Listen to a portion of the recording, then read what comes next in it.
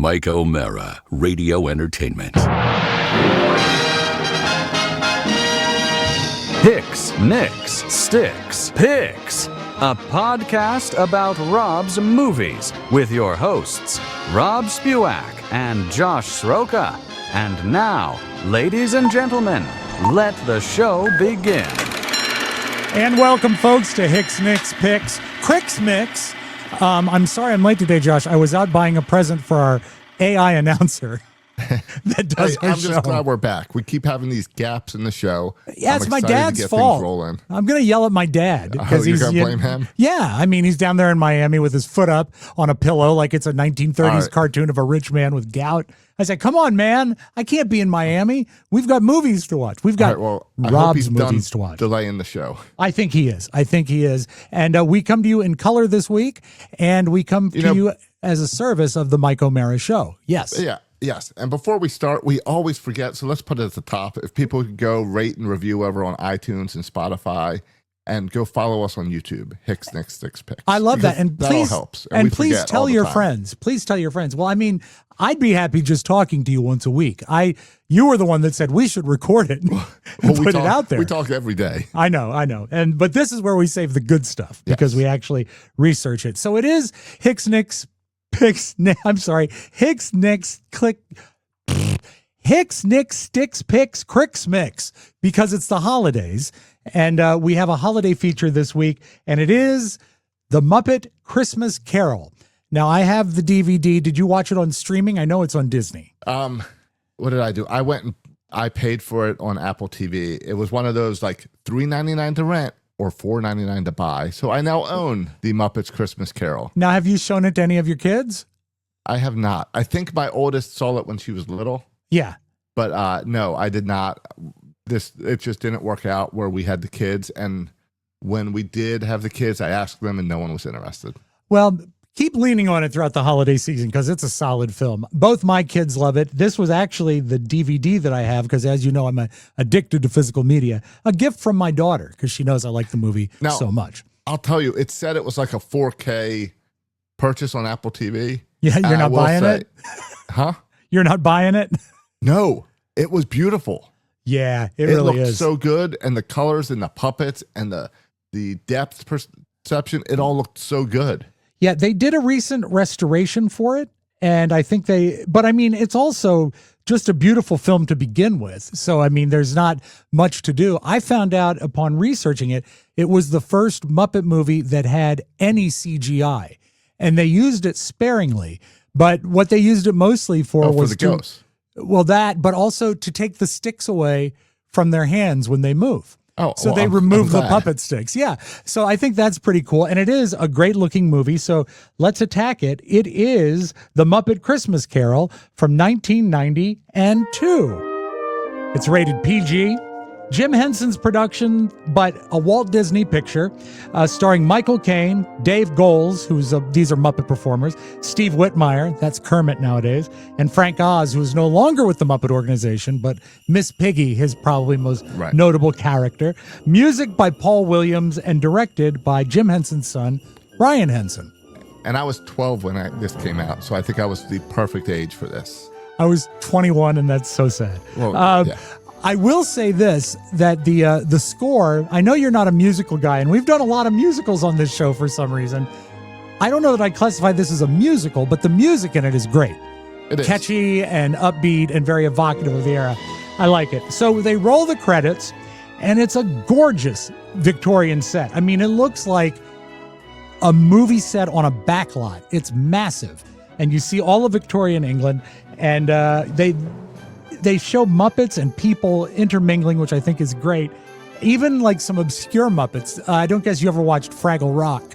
Oh, no, I was a huge Fraggle Rock kid. Okay, so yes, if you watch closely, recognize those. Did you see Sprocket the dog? I did see Sprocket. I love that. I thought that was very, very cool. So they're intermingling there, and that's when we meet our narrator, which is sort of unexpected. And I do love the fact that on the opening credits, they weren't saying that, like, for Miss Piggy as Mrs. Cratchit, they didn't say Frank Oz as Mrs. Cratchit. They said Miss Piggy as Mrs. Of course. Cratchit. So the Muppets get their own credits. So we meet Charles Dickens, who is Gonzo, and his sidekick, Rizzo the Rat. And this is how they introduce the picture. Apples. We got Macintosh. Get your Christmas apples. Red delicious. Tuppence apiece while they last. They won't last long the way you're eating them. Hey, I'm creating scarcity. Drives the prices up. Rizzo, hello.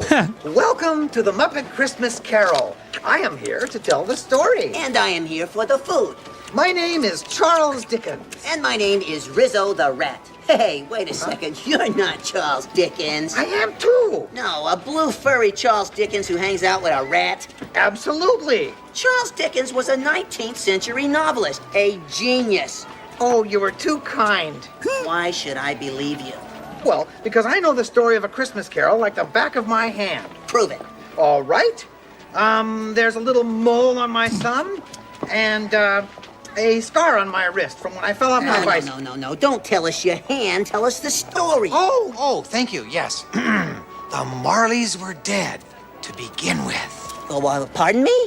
That's how the story begins, Rizzo. The Marleys were dead to begin with. Oh. As dead as a doornail. It's a good beginning. It's creepy and kind of woohoo, spooky. Oh, thank you, Rizzo. You're welcome, Mr. Dickens. Now, when they say the Marleys are dead to be or were dead to begin with, that's very cool because that's the first line in the novel or novella. Right, of course. The Marleys were dead to begin with, and that was a big deal when it came out because it's grammatically incorrect. And Dickens threw it in there to like grab your attention, and I love that they preserved it in this. Also, he invented the phrase "dead as a doornail," which is pretty cool. That's where it invented that. That was the first time it was used. Yeah, back then in the original book.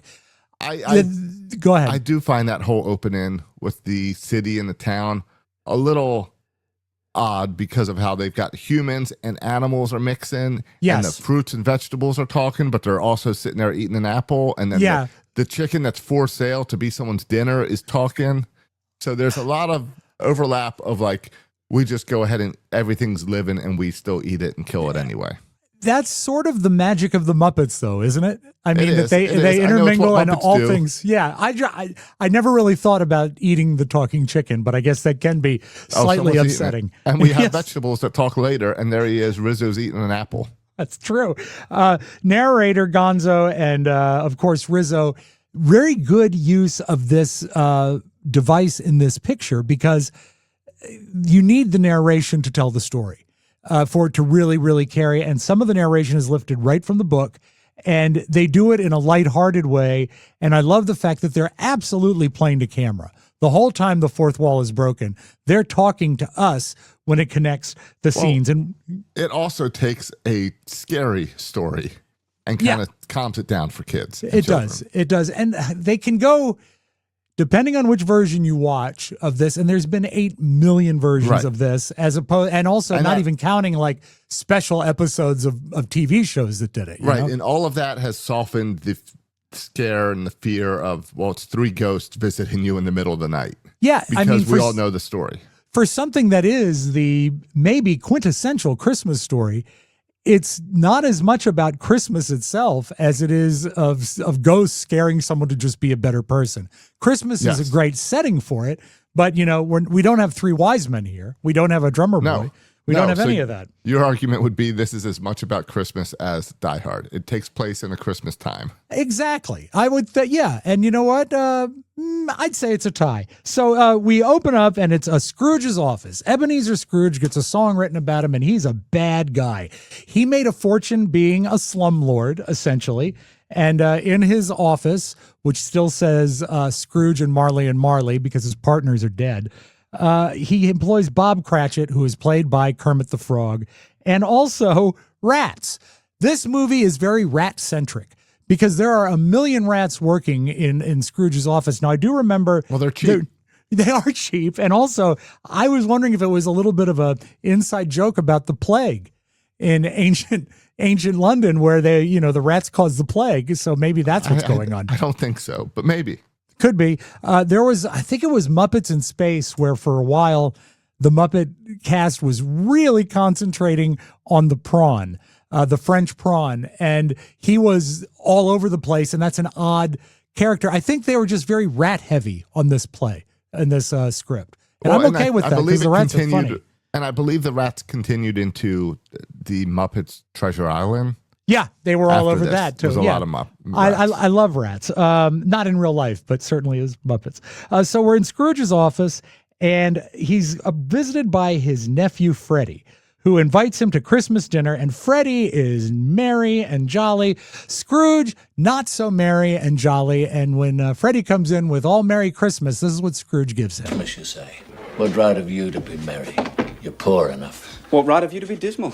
You're rich enough. He's got him there, the old boy's speechless. If I could work my will, every idiot who goes about with Merry Christmas on his lips would be cooked with his own turkey and buried with a stake of holly through his heart. Well, not quite speechless. Oh, I'm cool. Nephew, you keep Christmas in your own way and let me keep it in mine. Christmas is a loving, honest, and charitable time. And though it's never put a scrap of gold or silver in my pocket, I believe that Christmas has done me good and will do me good. And I say, God bless it. And how does one celebrate Christmas on the unemployment line? I marvel at the fact that if you watch just a generic situation comedy on television, you get better acting from these Muppets. They're so great at it. Kermit is, yes. For just a sock puppet, he shows so much emotion, and the rats are great at it too. No, and that's got to be because of how Henson started. Yeah. You couldn't do that much control, so you had to control what you could with the facial recognition, facial expressions. And in that scene, there's there's two living humans and then a lot of felt. So, Yes. But if you are, I was raised also in a Muppet generation, but a little earlier than you. When I was born, Sesame Street was brand new. So I was the first of the Sesame Street generation to be raised by that on television. And you just grow, and I think it goes back to eating the talking chicken. You grow to accept the stuff that the Muppets and the people are commingling, and it's A-okay. I can see that as also growing up on Sesame Street, that it's like, yeah, you're just there. And you know what? I was thinking about the rats some more. Yeah. And after that scene, we saw a bunch of the rat accountants. Yes. I bet the rats are there because every rat looks the same. And they're small puppets. So you can fill it bodies without having to be like, which Muppet are we going to cast in this role? Yeah. Yeah. I think you're right. It's a good bulk Muppet.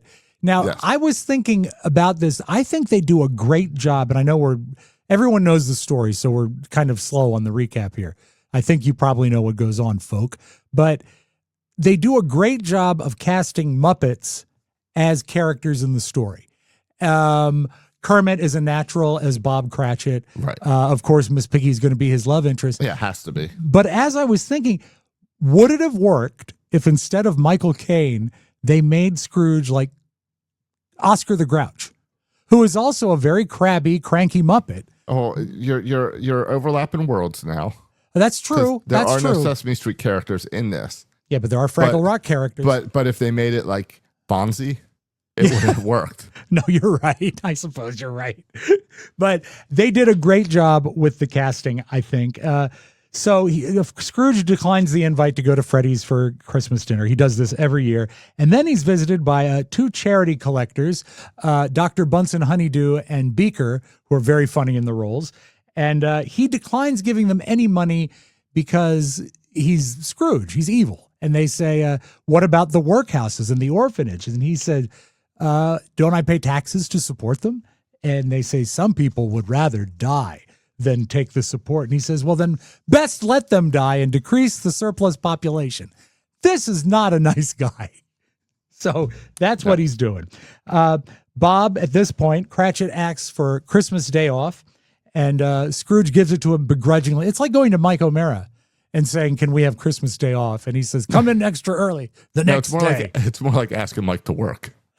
Okay, there you go. To work an extra day.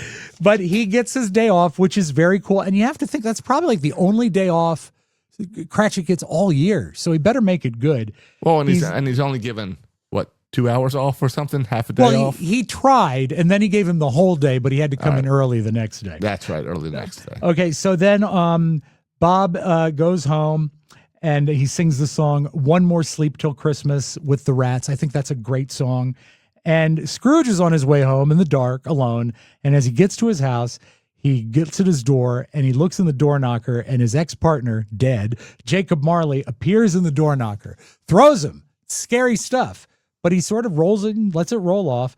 And then later in the evening, as he's having dinner, Scrooge is visited by his ex-partners, Robert and Jacob Marley, played by Statler and Waldorf, maybe the best casting in the movie, and warned about what's going to happen to him this Christmas Eve. Doomed, Scrooge, you're doomed for all time. Your future is a horror story. Again, good Muppet casting. Oh, maybe the best. Your chains are forged by what you say and do. So have your fun when life is done. A nightmare waits for you. What are these terrible chains? Oh, the chains! We forged these chains in life by our acts of greed. You wear such a chain yourself. Humbug. Speak comfort to me, friends. Comfort! You will be haunted by 3 spirits. Haunted?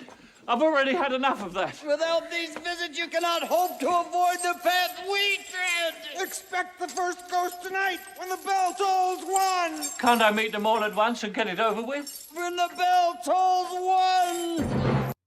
I love it. They are so great in the role. I don't even mind the fact that they turned one character into 2 so they both could be a part of it. It made sense. And great sound design on that, where his voice is dry, but the ghosts have echo on their voice. I love it. Yes. I think it's so, so cool. And then you see a little CGI there with them floating, and they announce that he is going to see 3 ghosts that night. And when the clock tolls 1, he meets the ghost of Christmas past, which is maybe the neatest effect in the movie. It's a child ghost. It's floating. It's so creepy. I actually researched how they did it because it blew my mind if this was minimal CGI. And even if it was CGI in 1992, it wasn't that advanced. Yeah, it was primitive. Yeah. They put the clothing on the Muppet and then submerged it in water to film it. And that's how they made the clothes look so ethereal and wild. It looks so great, though. And I love practical effects. I do.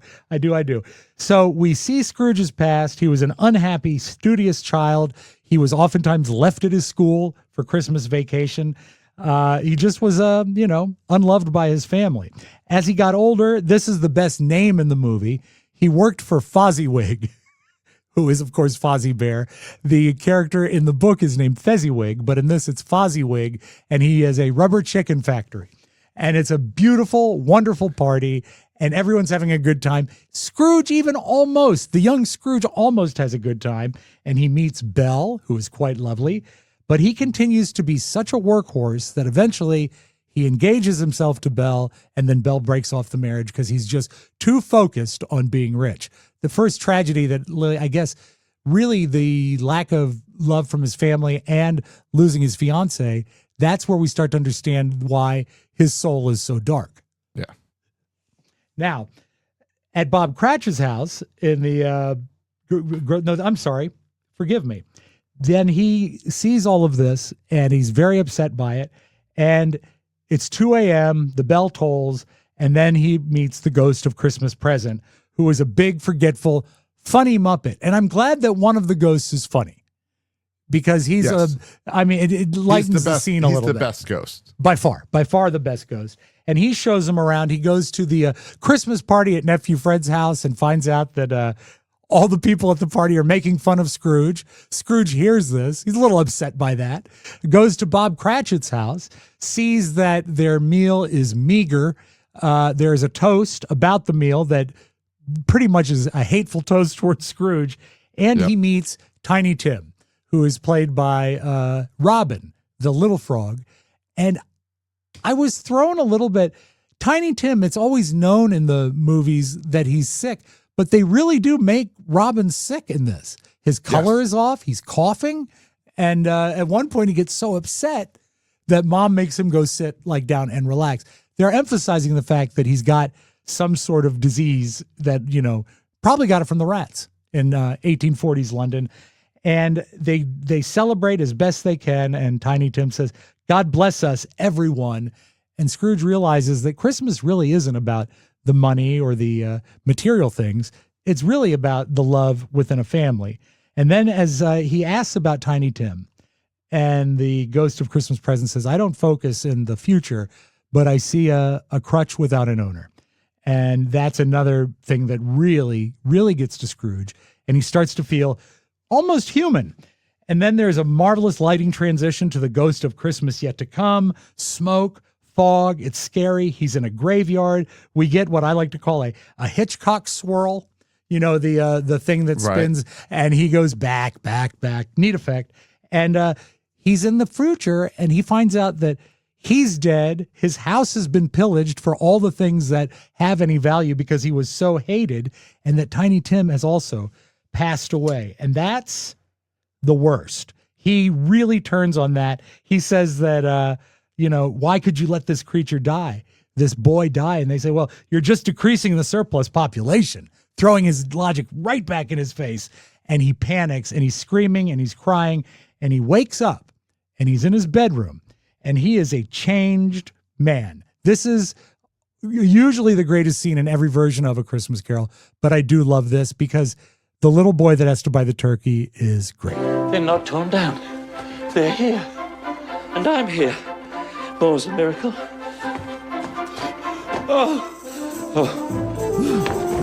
I don't know what to do. I'm as light as a feather. I'm as happy as an angel. I'm as merry as a schoolboy. Do you think it's safe for us to be up here? Scrooge is saved. What can happen now? Yeah. You there, boy. What, me? What, me, sir? What's today? Pardon? What's today, my fine fellow? Today? Well, today is Christmas Day. It's Christmas Day. I haven't missed it. The spirits did it all in one night. They can do anything they like. Of course they can. Of course they can. Of course they can. Do you know the poultry shop in the next street? Yes, sir, I do. An intelligent lad. A remarkable lad. Do you know whether the prize turkey has been sold in the window? Oh, the one twice as big as me? It's still there? Oh, it's a pleasure talking with you, lad. Go and buy it. Be serious. I am being serious. Buy it for me and I'll give you a shilling. Oh. No, I'll give you 5 shillings. Wow! And so the boy was off like a shot. So even... Sorry.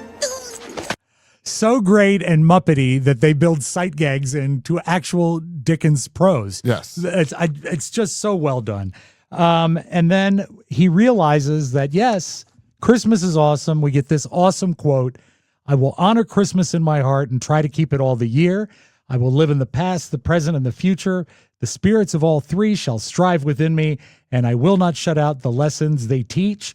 Scrooge lives on to be merry and bright, even gives Bob Cratchit a raise. God bless us, everyone. Simple enough story, and one I think we're all familiar with through whatever versions you've seen.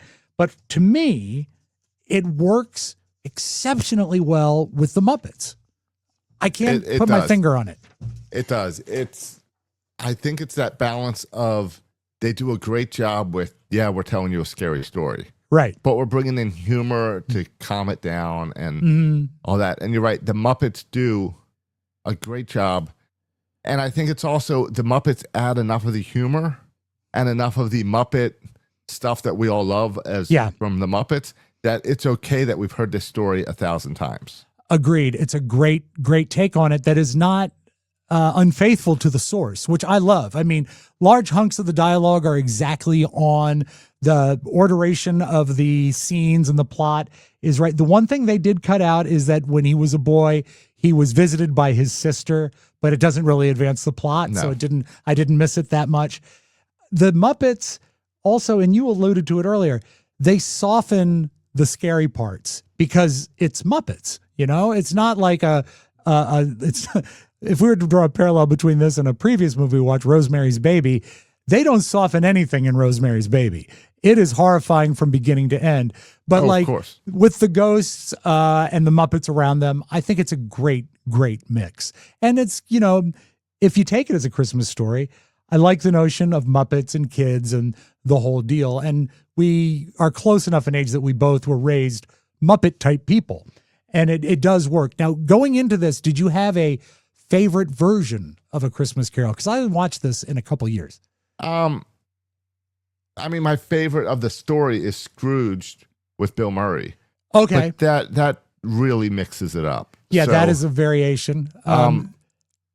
So I think it would I would think I'd probably end up leaning on this one because I look back and I think of there's great TV episodes and cartoon episodes. I remember as a child, the Real Ghostbusters cartoon had a nice Christmas Carol episode. I remember as a child because it was that scary ghost stuff. But I didn't have a favorite Christmas Carol. It's a great mix of putting scary into a regular story. I just think they did a really good job. My favorite version is the one with George C. Scott that was made for TV, I guess, like 30 years ago. Right. He is a scary Scrooge. I mean, really, really dark in its mood. And that works too, but that's a hard sell to a youngster. And also, if you're not looking to really invest a lot of emotion into a Christmas movie, I think this is a good play. Well, and it falls in line with one of those that you can leave on the background. Yes. Because you know the story, but the Muppets conversation and the interjections is fun. I love it. I love it. Let's take a short break. And we come back, we'll talk about things we liked, things we didn't like, and we'll give our review and reveal next week's feature as we continue on Hicks, Nicks, Sticks, Picks, Cricks Mix, and A Muppet Christmas Carol.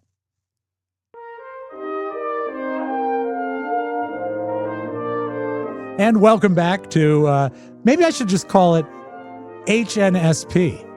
HNSP. Hicks, Nicks, Sticks, Picks. We're very busy. So anyway, but it is. I prefer to just go with Hicks. I know you do. Hicks, Nicks, Sticks, Picks, Cricks Mix as we talk about the Muppet Christmas Carol.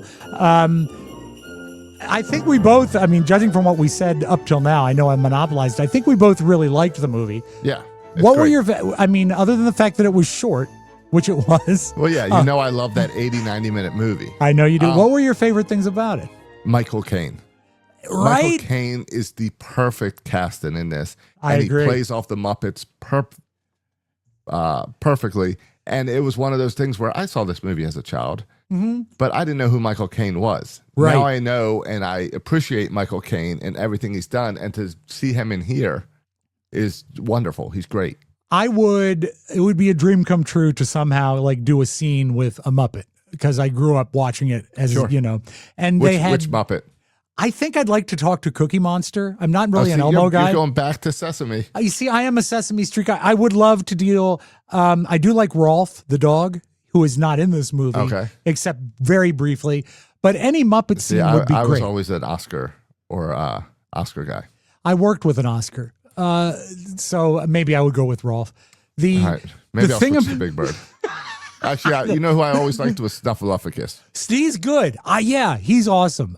The thing about it, though, as I thought about it getting older, could I do what Michael Caine does in this, which is, without a drop of irony, act with a puppet, make eye contact with a puppet, no sideline, no shade to the camera, and they're acting together. He plays it so straight. This is Academy Award level acting. Yeah, like I say a few years ago, it was probably 20 years ago, where they made the new Muppets movie with Jason Segel. Yeah. And it's good.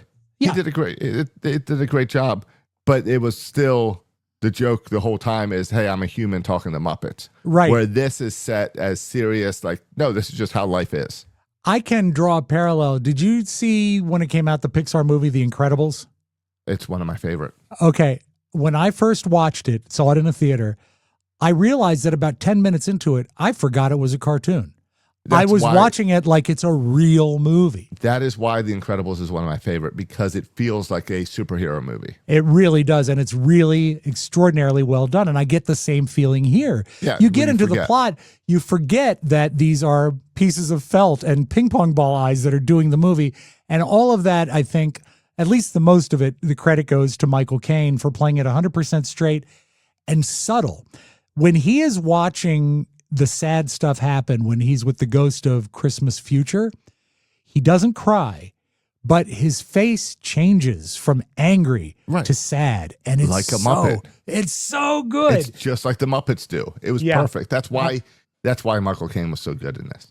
Yeah, I can't think of anyone who would be better in it, actually. And I'm no grand Michael Caine fan because he doesn't, remember Jaws 4, he doesn't say no to anything, but he still turns in a great performance here. But I still enjoy him when I pop on Batman and he's there.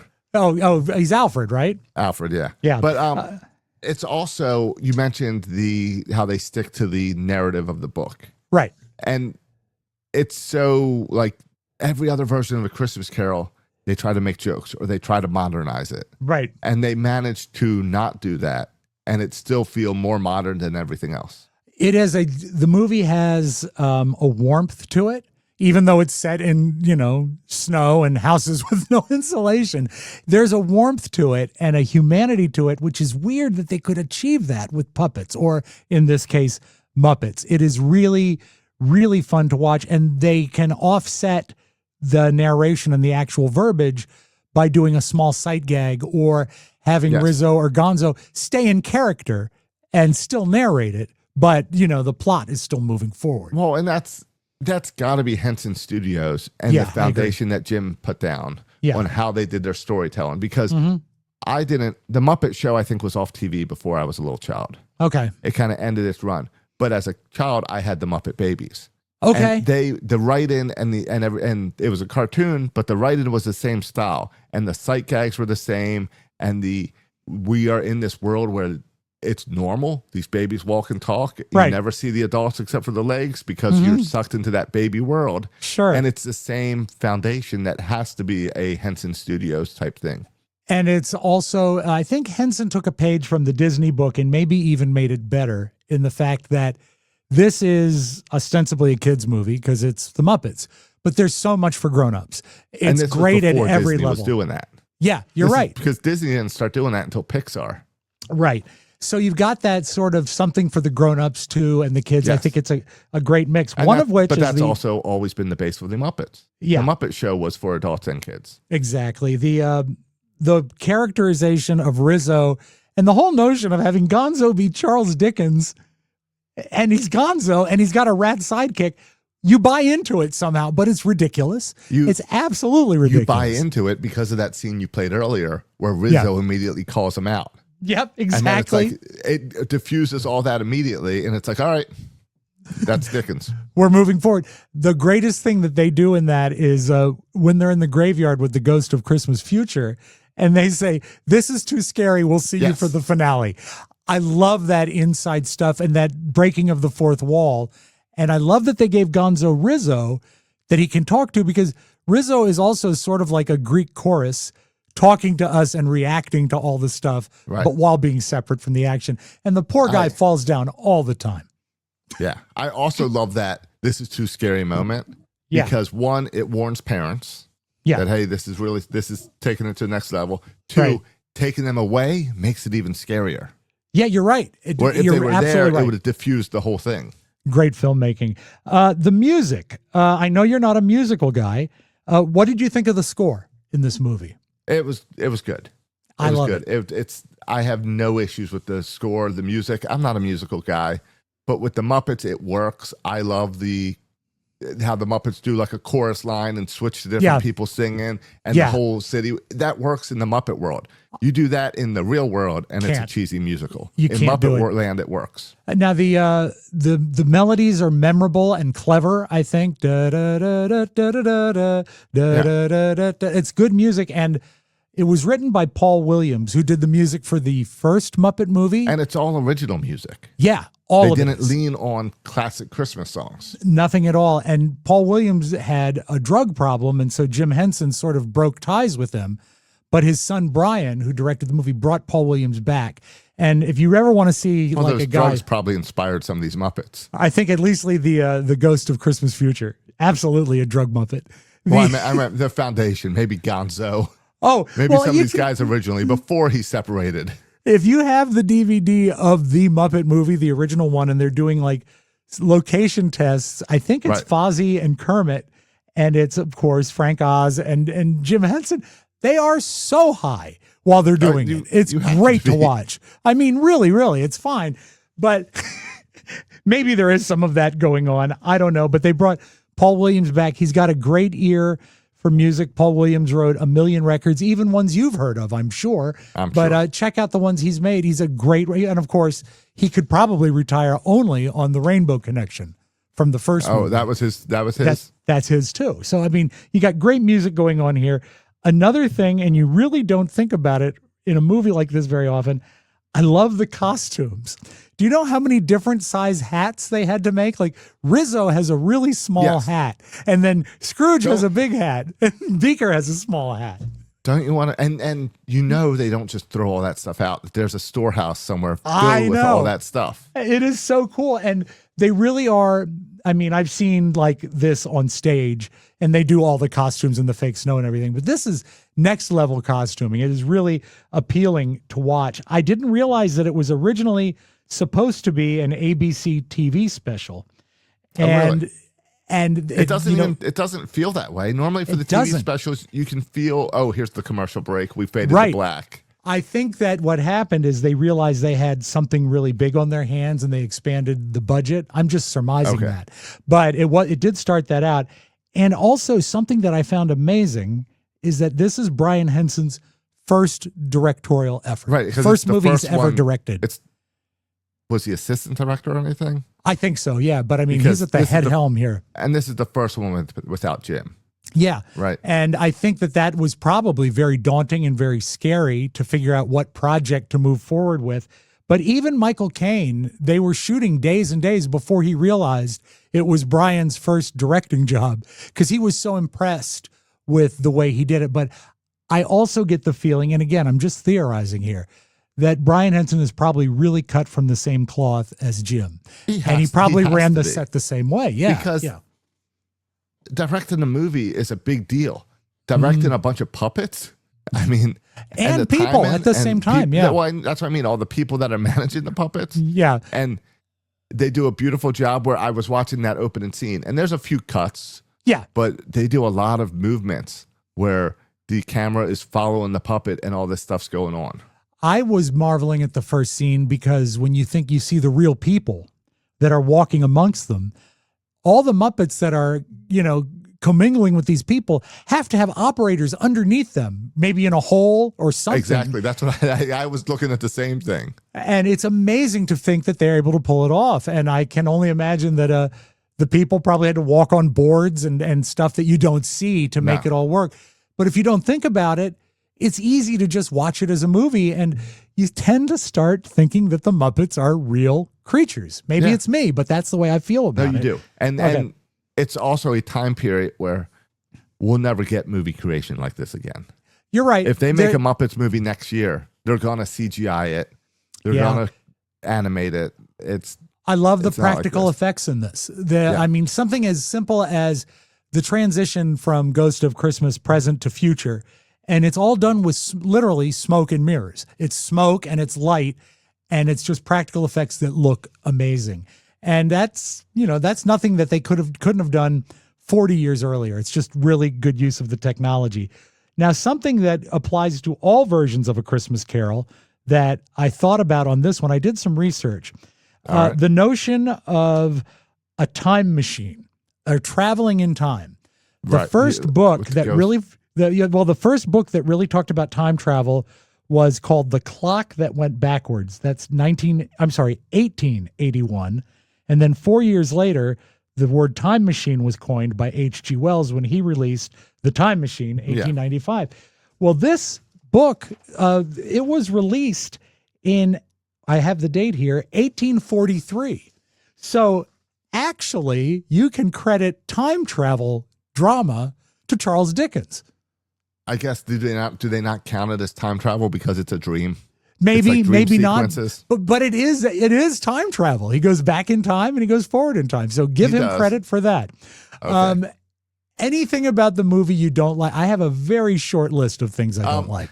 Yeah, the child ghost of past is creepy. It's very creepy. It's like it's like the type of doll you would see if you go in like one of those like creepy doll houses. Yeah. What was like the movie? Annabelle. Annabelle. That's it. Yeah. That's creepy. And then it does a great job of balancing that for kids where it's not too scary, but they cover up. But then that ending becomes so scary for children. Yeah, it does. When they leave, that it's like I almost then don't want to show it to little kids because I know that ending's coming. I'm a little older than you, and all the great children's programming when I was little was horrifying. Everything had something horrifying in it, like Willy Wonka or Wizard of Oz. That's how it was for me too, because you're right. Yeah. We had Willy Wonka, we had Return to Oz. Oh, we've already talked about that. Yes, and also that yes. So maybe the kids are just a little more sheltered nowadays. It could be. I'm not against giving kids a little bit of a scare. I think it makes it more effective as long as there's like relief at the end of it. The fact that there was a happy ending, I think that goes a long way. It's just that Christmas yet to come. That's pretty bad. It's pretty creepy, and it goes like, it's better. I like that they didn't just do a cartoony Grim Reaper. Yeah, the guy is scary. Yeah. If you ever get a chance, or if you have a chance over the holidays to watch the last act of the George C. Scott Christmas Carol, the Ghost of Christmas Future is insanely scary. Bony stick hands, and you don't see his face. And at one point, he's opened his robe, and there's like abandoned children under his robe because no one cares for them. It's really screwed up. And that's how the cartoons of this are. That's always the scariest ghost. So I've never read the book, but I would be interested on how Charles Dickens describes this ghost, because it's clearly the scariest. And I don't know if it's because he talks about the guy's death. Right. That's why they try to lean into the Grim Reaper style, but he's definitely scariest. I think that usually the Ghost of Christmas Past is cast as a lady, just, like a standard run-of-the-mill lady ghost.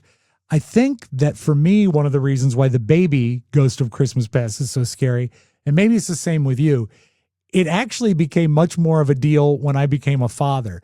When they mess with kids in a scary role, it really flips me out. I don't like it, even if it's fake like this, But like, I love the balance of the ghost. That it's the first, like the Marleys, the song calms that down, but you're seeing ghosts, so it's fun. Then you get the first serious ghost, and it's creepy. Yeah, and then they relieve you with the big guy, right? You get the big jolly guy who's the best Muppet in the entire movie. Yeah. And he's excited and happy, and then you're like not scared of ghost, and then they bring on the scariest thing that's going to kill you in the middle of the night. It's a great transition too, because he asks him one question, and then the Ghost of Christmas Present actually becomes like a little introspective and less jolly for a moment in the transition. Well, and it's like they're holding you in what's the hand. Coming. Yeah, they know they are very particular and direct with what they're doing with the audience in this movie. They know exactly how they're going to affect you. One thing I didn't like, and this will keep me from giving this a 10, is I understand the ending of it, but I don't want to see Scrooge singing. I don't feel that was in character for him, even if he's a new man. That's the whole thing, is he is a completely new man with one night. And I've seen, how many times have we seen people where they get a scare in their life and they say, I'm changing. Right, yeah. But he changes to a completely new man. So that is something, but that's part of the foundation of A Christmas Carol. I guess you're right, but I would have liked it. I would have liked it if he had played it. I love that when he comes to see Cratchit at the end, he's starting off still being a dick. And then he reveals that he's giving him the raise and everything and the big turkey. So that is, I think, offset by his singing. I don't know. I would not put a song there. That's really splitting hairs, but that's about it. It is. And it is. I would have probably just ended it with him ordering the turkey from the kid, because that's a great scene. That is so great. And it's always good. The one as big as me, sir. I love that. Do you have anything else that you think doesn't work? I mean, we've talked about everything that does work, which is pretty much everything. What is less than satisfying for you in this film? If anything. The amount of rats. Too many rats? It's just being pulled into that world. That world is like, if I'm sucked into that world, it's great. It's entertaining. I want to be part of that world. From the outside looking in, it's all right. You're eating everything that's talking. That chicken needs to be quiet if you're preparing it for a meal. Imagine if you went to the grocery store and as you're looking at vegetables, they wanted to talk to you. I understand. I can see your point. That's the part. In that world, I can accept it. But overall, not in real life. No, it'll creep me out. Well, I'll speak to the people at Giant Food to not stock any talking vegetables in the near future. Well, stay away from drugs, and it's okay.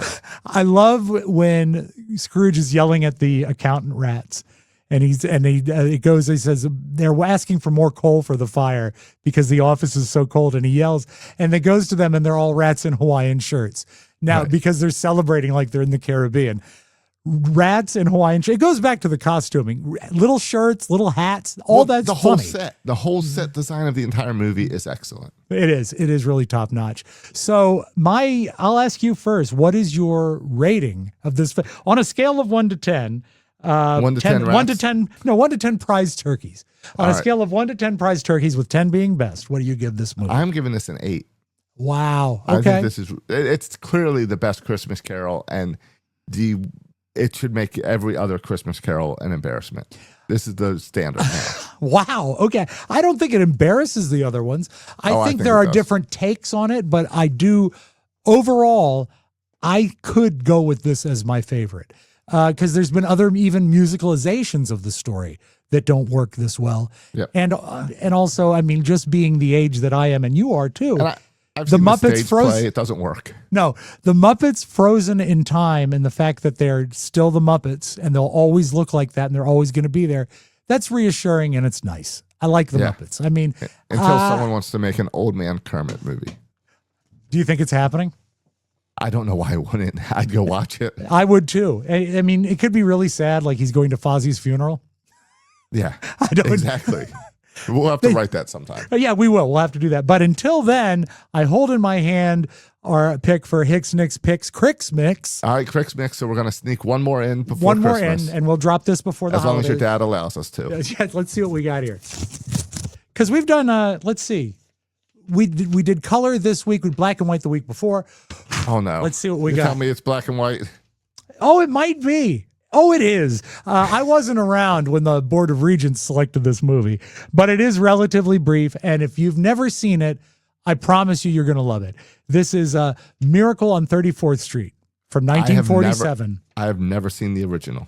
There have been several remakes. This is the gold standard. It was directed by George Seaton for 20th Century Fox with Edmund Gwenn, Oscar winner, Maureen O'Hara, a young Natalie Wood, and John Payne. Now, And I've always also- heard this is the classic Christmas movie. It is. It is. Again, it's not a religious take on Christmas. It's just Right, Santa it's Claus, Santa. and I love it. The thing about it, and we'll talk about it next week, is that Fox had no confidence in this picture. They released it in the summertime, and it became one of the They wanted to sort of bury it in a summertime release, and instead of giving it a marquee Christmas time release, they released it in the summer. But we'll talk about So that. nowadays, this would have been a Netflix movie. Exactly. We're going to dump it over on Netflix. Exactly. All right, so the 1947 Miracle on 34th Street. Miracle on 34th Street, Oscar-winning motion picture with one of the cleverest twist endings that you will ever see. And I look forward to watching it Can't wait. with you and talking to you about it. Folks, if you get a chance, make sure you look at Miracle on 34th Street from 1947 before we discuss it. I do believe it's available free on Peacock, so you can catch it there and enjoy it. It's It is also- black and white. So, It says it's free on Pluto TV. are you big? Do you take a lot of movies on Pluto? I do not. I was looking for some movie. I was looking for a Christmas movie that you mentioned last week. Which and one? It was a Joey Lawrence one. You said that you watched a Joey Lawrence movie where he was bald, and I could Yes. not find it. Finally, I went to Google to figure it out, and it said it was on Up TV. I don't even know what that is. Well, I think it's on Netflix. I'll have to find No, it and send I you looked all on Netflix. They've got an old Lawrence brother one, but not the new bald one. The new bald one is only on Up TV. Oh, because it's a sequel, right? I think I it don't is know. actually a sequel because the first one was so great. So if you want to watch a Joey Lawrence movie, folks, you're going to do that on your own or wait until later in the year when we do a non-Christmas Joey Lawrence movie. I can do my Joey Lawrence impression if you like. No, not at all? Where's the AI guy? The You let him AI in guy? here. Okay, we'll let in the AI guy. Merry Christmas, everybody. We're back next week with Miracle on 34th Street. I'm Rob Spiewak, I'm Josh Soroka. and thank you for listening to Hicks, Nicks, Sticks, Picks, Cricks Mix. about Rob's movies. And if you mute the AI guy, he doesn't talk. Hicks, Nicks, There he is. Sticks, There he is. Picks. A podcast about Rob's movies with Rob Spewak and Josh Sroka.